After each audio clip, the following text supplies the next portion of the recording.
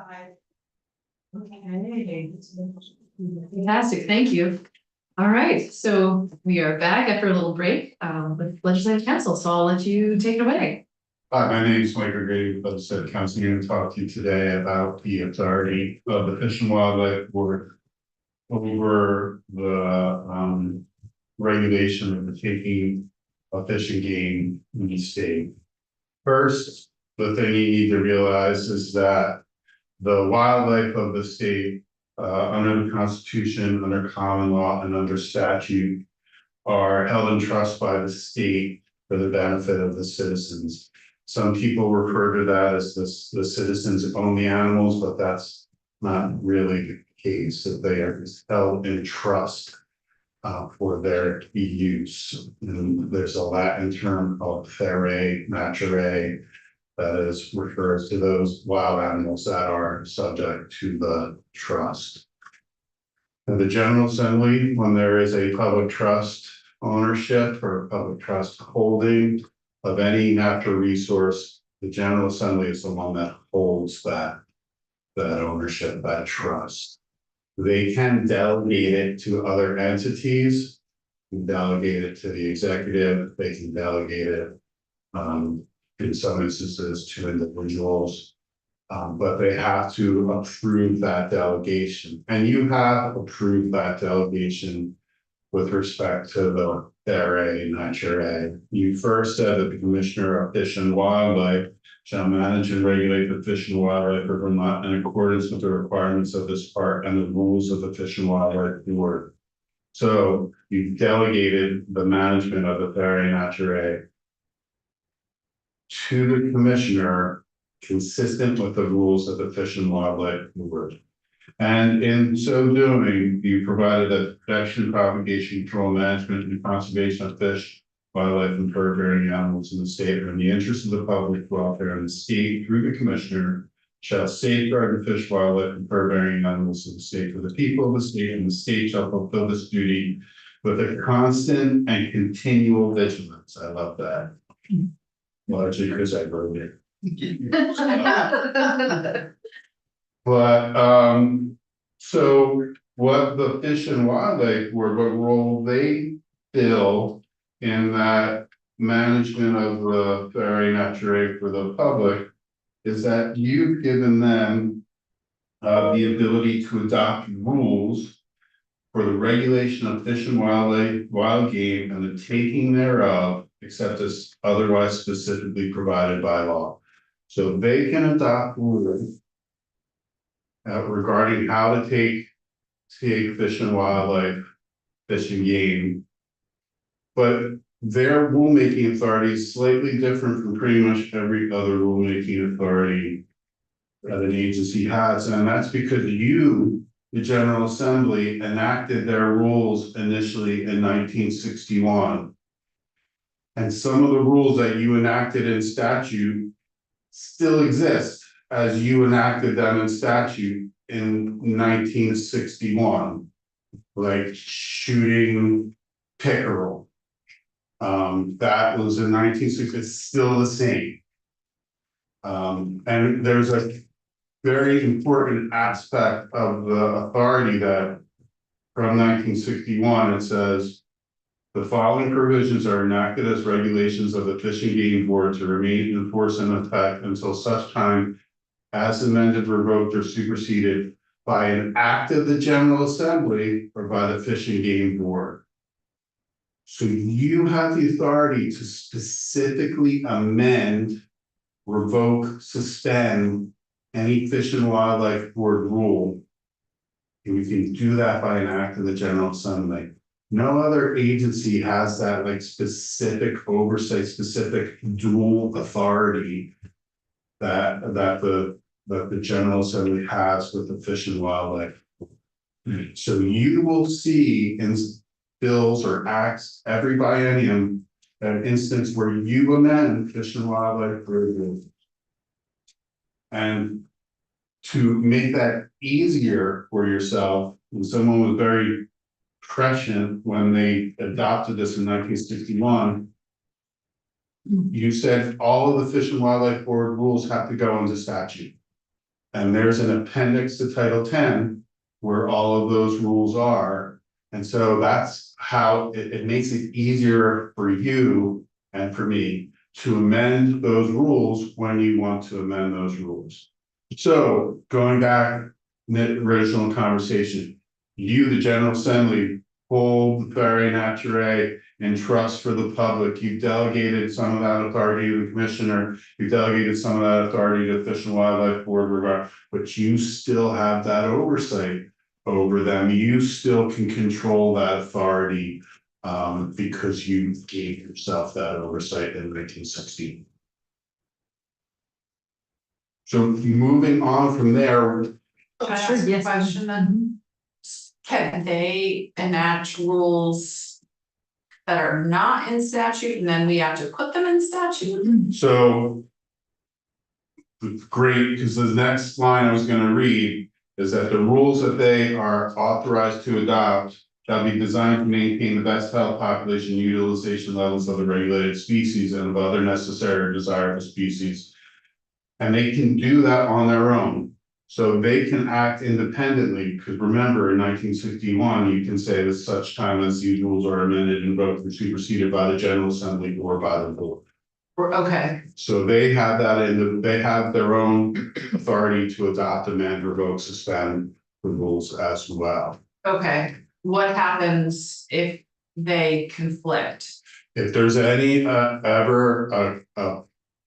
well, first, if you wanted to adopt something where there's going to be potential conflict, and that's something where I usually advise you to do it in statute.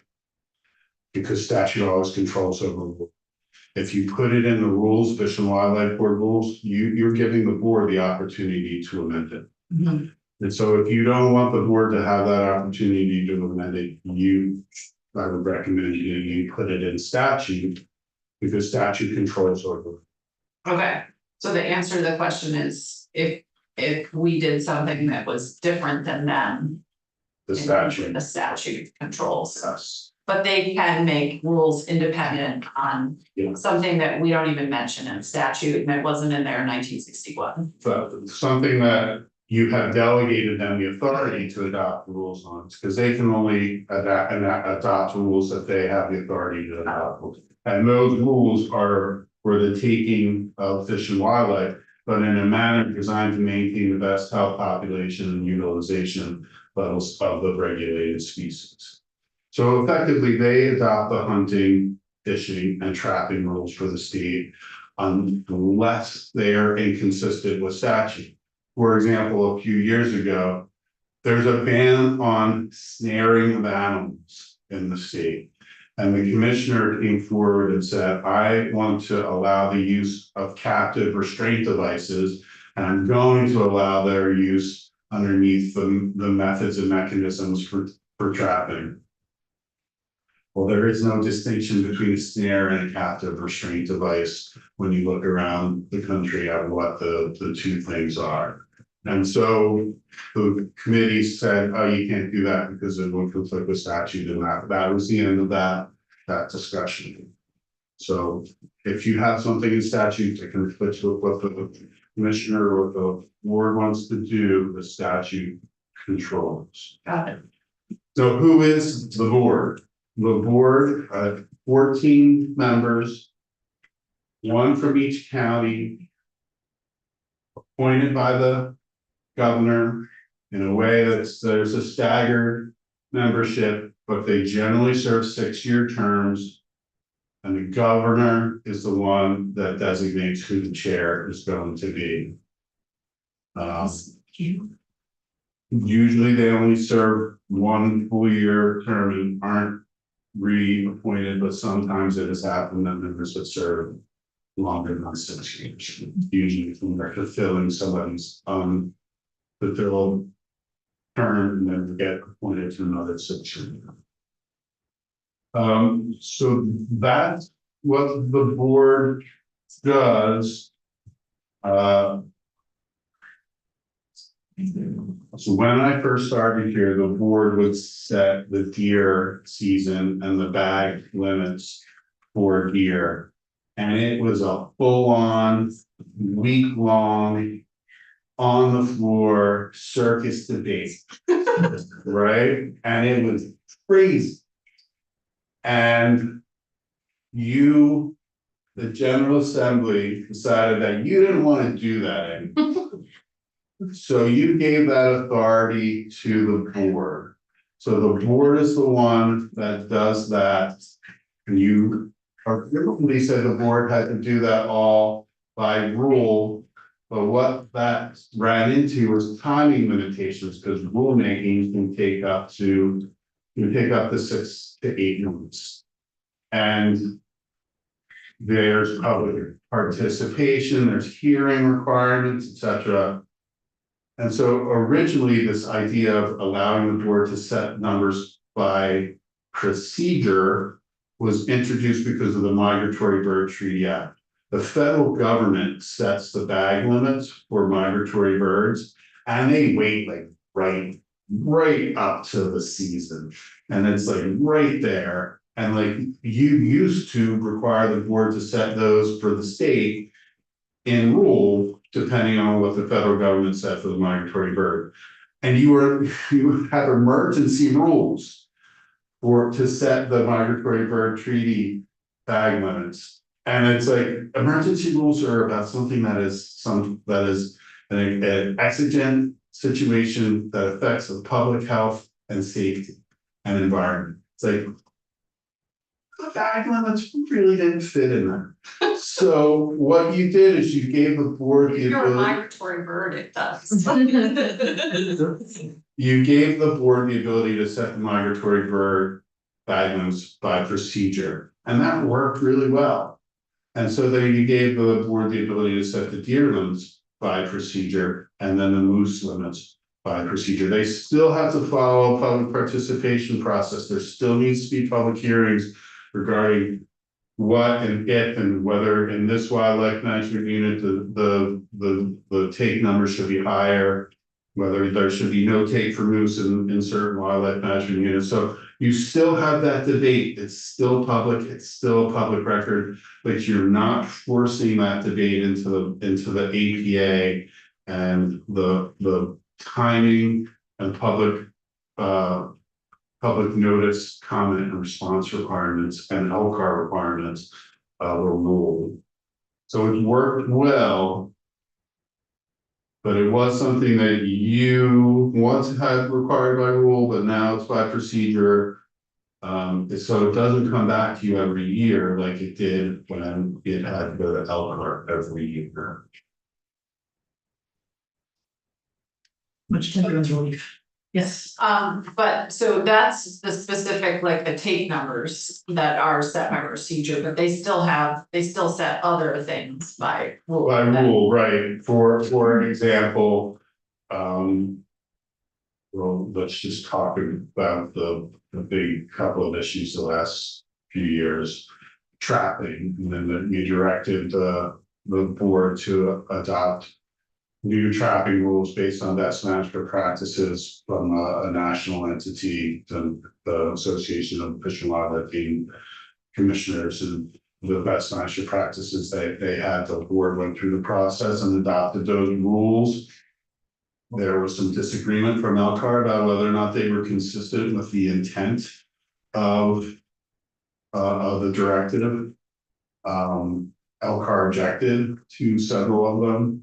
And the board went forward over the objections, which they are allowed to do under the administrative procedure. So they were allowed to do that because what the board adopted wasn't specifically inconsistent with the statute. If it had been specifically inconsistent with the statute, like, no, you're not allowed to use snares, the board says, no, you can use snares, the statute. So they weren't specifically inconsistent. It was difference of interpretation depending on who you were talking to. And so the rules went forward. When rules go forward over LCAR's objection, the burden of proof shifts. Normally, when a government agency is sued based on their rules, the plaintiff carries the burden, and the plaintiff has to show that they're arbitrary. That don't comply with statutory authority or that they conflict with legislative intent. So when you shift that burden, the department in litigation now has to show that it's not arbitrary, that it's consistent with statutory authority, et cetera. And that's ongoing. There's litigation ongoing regarding those rules. Okay. One other question, if I can, since we're paused here a minute, maybe you're gonna get to this, but wondering, if you're gonna speak to just what the statute says about qualifications or the lack of qualifications. The only qualification is that you reside in the county, that you are appointed for. They are supposed to get some training. But that is after the fact. When you look at other states, there is significant qualification requirements. New Hampshire is probably the closest and they can be a little detailed. Go ahead. So when you were describing what's the Latin term? Very not sure. Okay, I want to know how to spell that afterwards. You said that the legislature designated that to the commissioner. But then it sounds like the board, who has the rulemaking authority actually, the commissioner or the board or both? They both. They both do. Yeah, so the board What has if the they do authority, things that are out of sync? the board has authority for the taking. And the method of take of fish and game. Okay, The commissioner has what's called the commissioner's rules, which are subject matter within the department's jurisdiction that is not related to the taking of fish and game. So management of fish and wildlife access areas, okay, other fish and wildlife lands. Threatening endangered species, even though it says the secretary adopts those rules, it's the commissioner that's usually the one that's involved. And so that authority that is unrelated to the taking of fishing games within the commissioner's authority. okay, so hunting, trapping and fishing basically are the purview of the board and the management, more broadly speaking, is the commissioner. And if you think of it from a public trust perspective, you delegated the public's interest in the ferry naturale to a public board that nominally represents every county in the state. So you still have that public trust, that public interest represented by members of the party. Now, there are a couple of things that I want to say about the statutes and how they control. You can't own wildlife. There's no more Pete the Mooses. Like that's where that came from. You cannot own it. You can rehabilitate it if you have a license to rehabilitate it from the department and you are specifically a licensed rehabilitator. There are many different provisions in statute about how you can and cannot take an animal. You can't use a machine gun. You can't use a light. You have to be a certain distance from the road. So the board's authority has to overlay and be consistent with those statutory limitations. So yes, they are the ones that have been delegated the authority to adopt rules for the taking like fish and game. But they also have to be consistent with the statutory policies on the taking of fishing. So if I was to go looking for what you just said, is that all in Title 10? It is all in Title 10 and it is in Part 4. You may not have heard of parts as part of the statute. You probably heard of title, chapter, subchapter, section. But between title and chapter, there are parts. And Part 4 is all Title 10 Part 4 is all fish and wildlife related. And so the definitions in 4001 apply to 4,502, even though they're in different chapters. Because the definitions say these apply to this entire part. Also just want to acknowledge we're a little bit past 12. Are we okay? I assume you have a little bit more to go? Yeah. Well, not for Fish and Wildlife Board. I was supposed to talk about the Lake Champlain Advisory Committee. Yes. How are you doing on time, team? Should we break or and come back? Indeed, we do. Yes, this is true. So maybe we can have you back to talk about this other piece. That would be great.